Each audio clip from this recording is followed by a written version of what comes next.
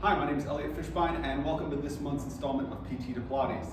So our topic for this month is going to be lateral epicondylitis. And lateral epicondylitis is where you get an inflammation of a tendon that comes into the outside of your elbow. It's often called tennis elbow because people tend to get it when they play tennis. However, it can happen just with any situation in everyday life where this tendon just becomes irritated. So with lateral epicondylitis, oftentimes what people are doing is they're actually strengthening their wrist a lot, because this tendon, even though it goes into your elbow, it actually is controlling the muscles that lift your wrist back.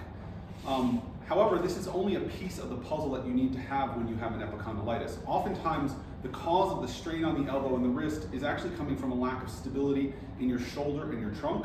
And so what I'm going to do is I'm going to show an exercise that you can do that can both address the strength in your wrist and elbow while simultaneously getting that connection to your shoulder and trunk. So what you're going to do for this exercise is you're going to take a TheraBand and you're going to put it on the ground, and then you're going to step so that your foot is holding it down. And then you get enough tension on that TheraBand so that as you hold your hand in front of your body, that as you bring your wrist back, you'll feel that there's some resistance, okay? And it should feel somewhat hard, but not too hard. So now what we're going to do is I lift my wrist back and I feel the muscles contracting here. And again, I can do that back and forth, and that will strengthen kind of the back of my forearm. However, we want to get that connection to our shoulder and trunk. So what I'm going to do is I'm going to kind of combine a few different motions to make it a more integrated exercise. So I lift my wrist back, and then I rotate my arm back and pull my arm backwards. And what I'm going to do is as I do that, again, the wrist comes back, arm rotates out and pulls backward.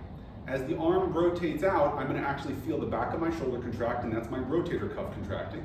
And as I pull back, I'm going to feel the muscles between my shoulder blades contracting. That's going to get me connected more to my trunk and my core.